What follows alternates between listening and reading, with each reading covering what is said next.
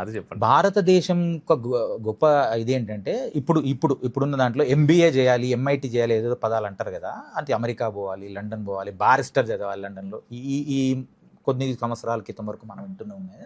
అంటే ఒక పర్టికులర్ పర్పస్కి, పర్టికులర్ కోర్సుకి చేయడానికి పర్టికులర్ దేశానికి వెళ్ళాలని మనం కొంచెం నేర్చుకున్నాం ఈ మధ్యన.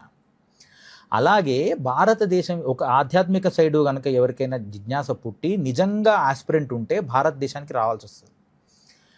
అలా కొద్ది రోజులు వచ్చిపోయిన జీవే ఈ యేసుక్రీస్తు అనేది కొంచెం ఉంది లిటరేచర్ దానికి సంబంధించింది. ఒక 10-12 సంవత్సరాలు ఇక్కడ హిమాలయాల్లో కొంచెం వరకు చేసినాడు. పాపం ఆయన కూడా ప్యూర్ సోల్, జెన్యున్గా దాన్ని కొంచెం సాధనలు చేసినాడు.